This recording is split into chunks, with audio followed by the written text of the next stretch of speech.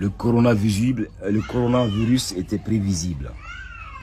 Franchement, pour les hommes qui réfléchissent, ils savent que c'était normal, il fallait s'y attendre. Pourquoi il fallait s'y attendre? Parce que l'homme dans son orgueil, dans sa prétention, s'est pris pour Dieu. Il y a eu des grandes puissances. On a entendu les États-Unis, la Chine, la France, les G5. Ils se sont crus réellement puissants. Tandis qu'on n'est même pas puissant face aux 4 éléments de la nature. Ces derniers temps, on n'est même pas mort. La nature nous a avertis. Il y a eu cette vague énorme en Indonésie qui a surpris même les scientifiques, les sismologues l'ont pas vu venir.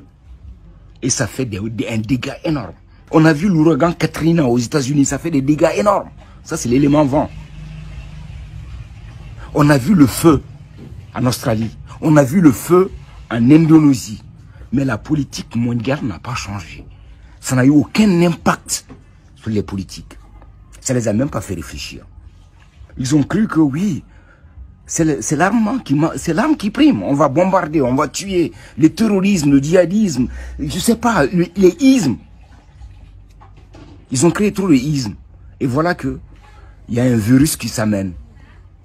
Il ne s'appelle pas Dieu, hein, ce virus. Non. Il ne s'appelle pas Satan non plus. Il n'est ni dans le Coran, ni dans la Bible. Et voilà qu'on est bloqué. On est bloqué face à ce virus, l'homme est bloqué. L'économie mondiale est stagnée. Chacun est taré chez lui. Rien qu'un virus. Vous ne vous posez pas la question pourquoi? Vous ne voyez pas que l'homme a été trop prétentieux, que l'homme est devenu cet animal qu'il ignore? L'homme tue l'homme. L'homme égorge l'homme. Qu'est-ce qu'on a vu? Qu'est-ce qu'on n'a pas vu? De la race humaine.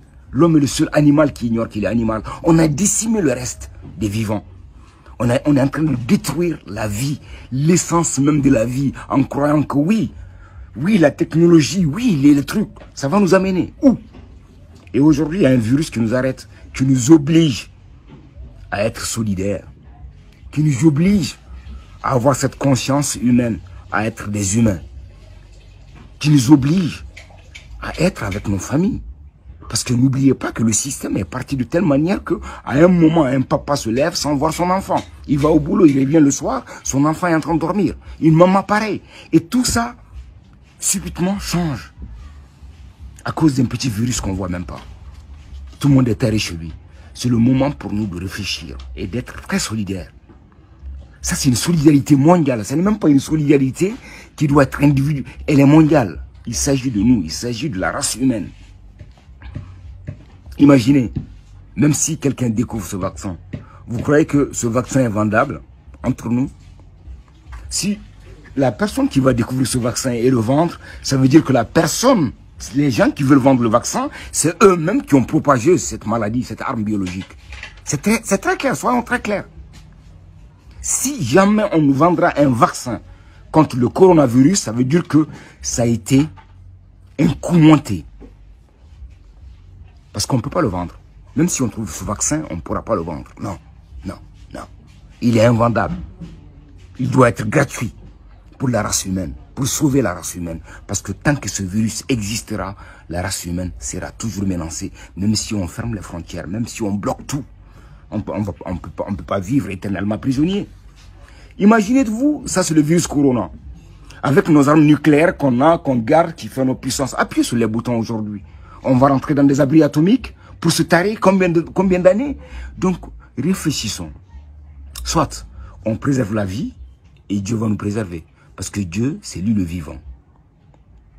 C'est Dieu le vivant. Et Dieu nous a dit, préservez cette vie-là. Et on est incapable de la préserver. On veut la richesse, on a tout bougé. Tout, des espèces ont disparu complètement de la terre par la faute de l'homme. L'animal qui ignore qu'il est animal, l'homme. La mort est toujours là. Et la peur de la mort ne tue pas la mort non plus. Donc c'est à nous les humains d'être intelligents. L'intelligence est liée à Dieu. Mais pas la ruse. Ne jouez pas le jeu de la ruse. Ça finit. La ruse a mis le monde par terre.